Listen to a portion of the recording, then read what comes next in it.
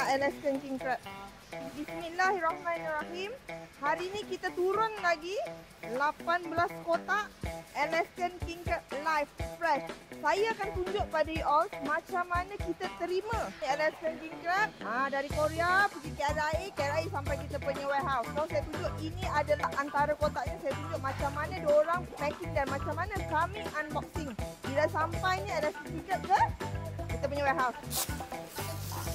Oh, boleh nampak dekat sini. Nampak tak? Ini daripada mana? Crab yang diekspor keluar negara.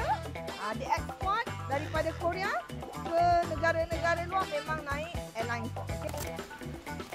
So, kenapa kena salut beg plastik hitam? Supaya dia punya kesejukan terperangkap dalam ni. Dia lebih sejuk lah. Pasal Alaskan King Crab memang hidup dalam air yang sejuk. Okay? Tapi dia tak ada air ni. Kita letak ice pack. Ni you all akan nampak macam ni. Nampak tak? Ada ice pack. Yang paling penting ice pack. Ice pack ni memang tahan. So, seandainya kami hantar kepada you all naik bas pun, kita akan letak ice pack. Okay? So, perjalanan dia Korea ke Malaysia lebih kurang 11 hingga ke 13 jam guys. Okay? So, boleh nampak. Inilah Alaskan King Crab. Bismillah. Okay, you all nampak tak? Dia memang lemah. So, kita akan cepat-cepat masukkan dia ke dalam kolam. Okay guys? So, you all boleh tengok. Satu kotak lebih kurang 5 atau 6 ekor bergantung kepada saiz. Kalau macam ini ada 5 ekor.